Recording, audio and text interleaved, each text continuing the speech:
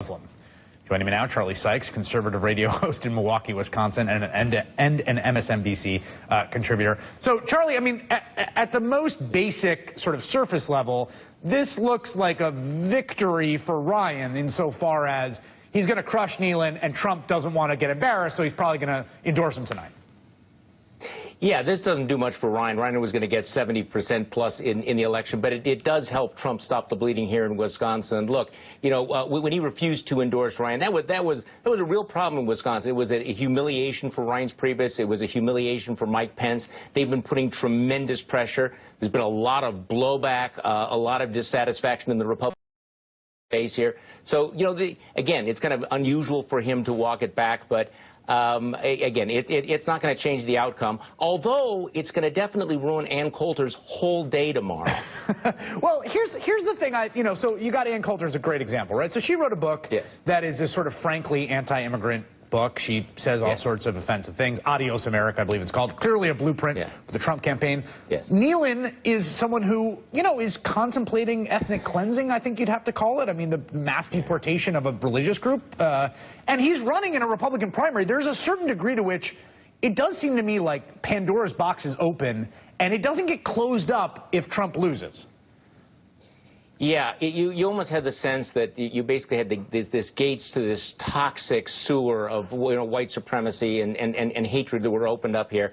And, you know, I would be interested to know if Donald Trump was asked about Paul Nehlen's comments, would he disavow them? And that may be one of the reasons why he is bailing on all of this. And so when I talked to Paul Ryan today, you know, he very specifically wanted to distinguish the alt-right white nationalism, the kind of, you know, anti-immigrant rhetoric from Paul Nehlen, from actual conservatism. And I think that's one of the things that's going to be on the ballot next Tuesday. But here's the problem, Charlie, and you're someone who's, I believe, still a never-Trumper. I haven't checked back in with you. We were sitting in that bar in Wisconsin. You were pretty never Trump, and soon it didn't change. Paul Ryan could just do that all he wants in this primary, and he'll beat this guy. He'll beat him badly. But the guy whose convention he just chaired is not that far from him. The guy who he says he's going to vote for, the guy who the Republican Party is currently holding a Supreme Court justice's seat for, is not that far from Paul Nehlen.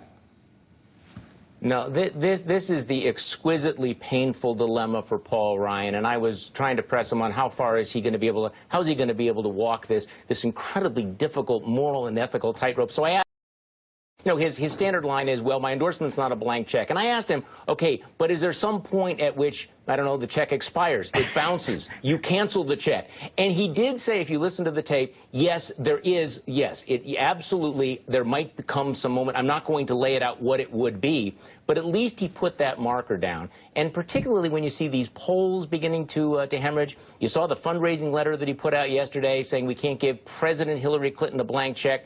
You almost get the sense that Republicans are about to press the button on what they call the 1996 strategy, which is to basically bail on the top of the ticket, put all of their resources on the down ballot races.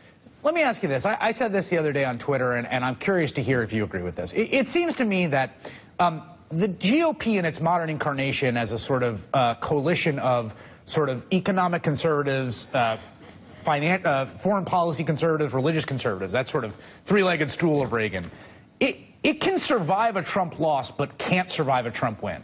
That actually a Trump win would be the death blow in a way that the loss might be able to brush it off.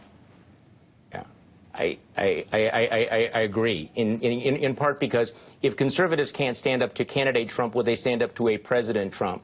And, you know, what you see is this tendency, this cult of personality, the lack of principle on the part of a lot of conservatives, that they feel the need to defend and rationalize what he does.